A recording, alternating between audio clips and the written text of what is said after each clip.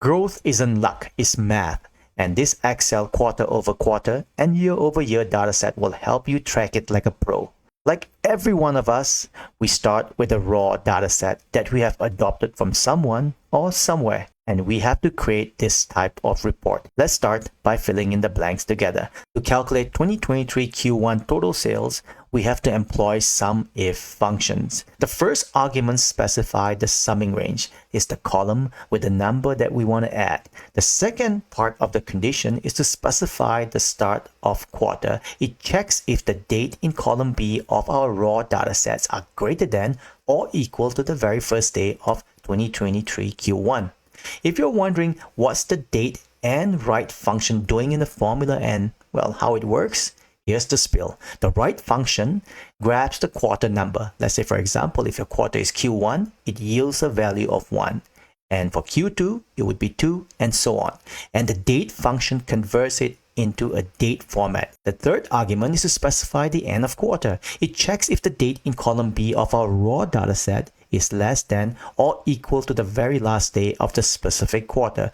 We use a EOMON function to log the quarter's final day. Now, the key takeaway here is that the two condition in the second and the third argument creates the date range filter. So we only sum numbers from the exact quarter we specify. The last argument ensures that only rows with non-empty cell in column B are included in the calculation. Now, to calculate quarter over quarter, we have to skip the first row because, well, we don't have data for the prior year's quarter. So the Q over Q formula is the difference between the new quarter and the old quarter, and divide the difference with the old quarter. We have to ensure that the total sales of the quarter in cell G7 is greater than 0 before performing the calculation for quarter over quarter. If it's less than 0, we'll simply display blank. Now apply the same formula for the rest of the rows by dragging the fill handler again. And finally, for the year over year calculation, we will use the let function. The first two argument assigns variable A to the sum of total sales for 2023.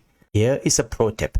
Using let function like this allows you to reuse the value in variable A later in the formula instead of rewriting the sum function repeatedly. Next two argument assigns variable B to the sum of total sales for 2024. And the last argument in this formula is to calculate year over year growth rate by calculating the difference between this year's total sale and last year's total sales and dividing the difference by last year's total sale. And you're done. Now, show of hands of who's ready to automate their report.